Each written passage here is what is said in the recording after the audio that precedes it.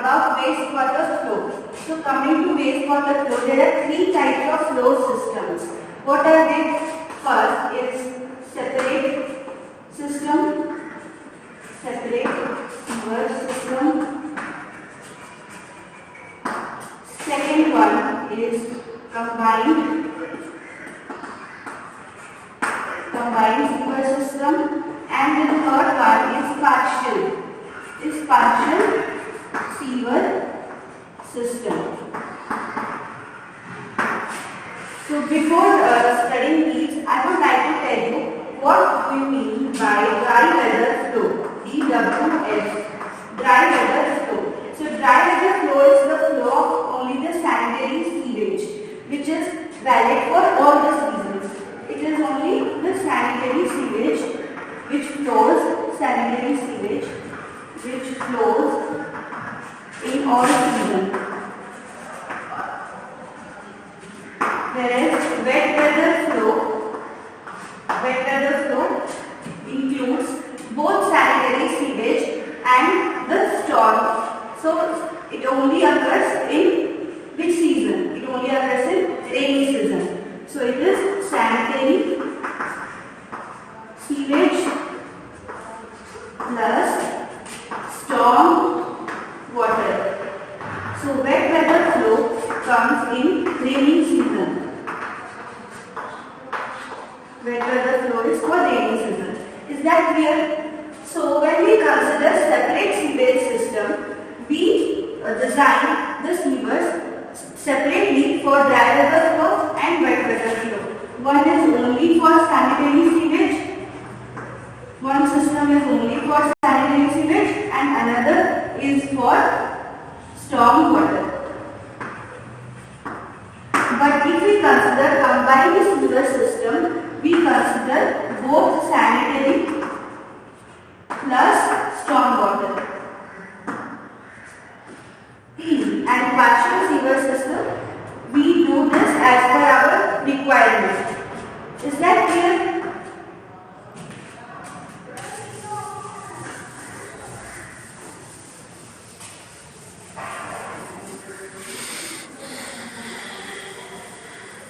So coming to dry weather flow. Dear students, we all know that first of all, according to the population, we do first population forecasting, then we accordingly we supply water by knowing the per capita water demand. So if we supply certain amount of water, suppose per capita demand is suppose 135 LECD. If this much amount of water is supplied for one person, then suppose the population is 1 lakh. Suppose the population is 1 lakh. So the total amount of water supplied would be total water supplied will be 1 lakh into the population into per capita demand. Population into per capita demand, which will be equal to population here is 1 lakh and per capita demand is 135 liter per capita per day. Is that clear? This is the amount of water supplied. But when we study about wastewater flow, let me tell you that out of the total water supplied, about 70 to 80% of the water gets converted to wastewater. Okay, if X is the total, X meter is the total amount of water supplied. Total amount of water supplied. Then this is X liter. So out of this total water supplied, about 70% to 80% of X liter becomes waste water. So what we do to find out the dry weather flow, what we do, we take this as the factor. So 70 to 80% means 70% of X means it is 70 100 into x. So it is 0.7 of x. So similarly, we take either 0.7 or 0.8 as a factor. So what we do to write down the derivative flow, we write it as derivative flow is equal to, we have the total water supplied is population into per capita water demand, population into per capita water demand into this factor, This is our dry weather flow wastewater. Is that clear? So dry weather flow is for only sanitary sewage and it is available in all the seasons. Now coming to wet weather flow. So from the name itself you can say that what is wet weather flow. Wet weather means rainy season. So the storm water accumulated in rainy season is this wet weather flow. So how do we calculate it? How much or how much? So whatever water we supply, we take that in terms of the units of discharge, right? So discharge. So wet weather flow also we will take it as discharge wet weather flow, which is equal to area into impermeability factor into runoff or rainfall intensity into divided by 360. Okay, so this is AIR by 360. Okay, so in this formula, A is area, the area to which water has been supplied. No, the area where the rainfall. This is the catchment area. So suppose this is our catchment. And water flows like this. So this area where we are considering the storm, this is the area. So it is in hectares. So 1 hectare is equal to how much? 10 to the power minus 2 kilometers square. And I, what is I? I is the impermeability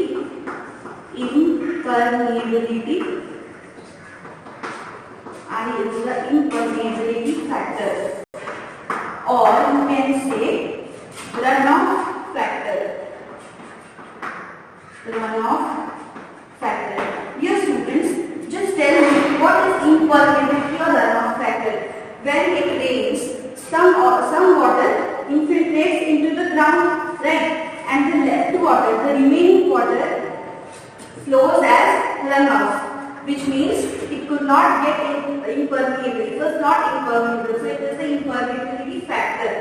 It could not get into the ground. Okay, so this is impermeability factor, and this factor depends upon the area. This factor depends upon which type of area you are considering. So, for example, this is the catchment. Suppose this is the catchment, and we have divided it into number of areas. So, this is area 1, this is area 2, this is area 3, area 4, area 5, area 6. So, the impermeability factor for each area will be different. So, impermeability factor for area 1 will be I1, for area 2 it will be I2, I3, I4, I5, I6. Is that clear? So, how can we get this? We will find out the weighted impermeability factor. So, how do you find a weighted mean? So, weighted impermeability factor will be I is equal to I1 A1 plus I2 A2 plus I3 A3, like this, by total area. So we can write it as summation of I and AI divided by A. So this is the impermeability factor. Is that clear? So now coming to R. Now we will come to R. What is R? It is the rainfall intensity.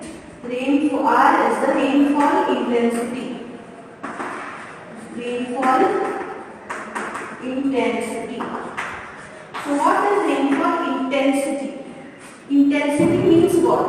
Like in how much time, what amount of rainfall has occurred. Suppose in 1 hour it has rained 100 centimeter. So that is the intensity of rainfall.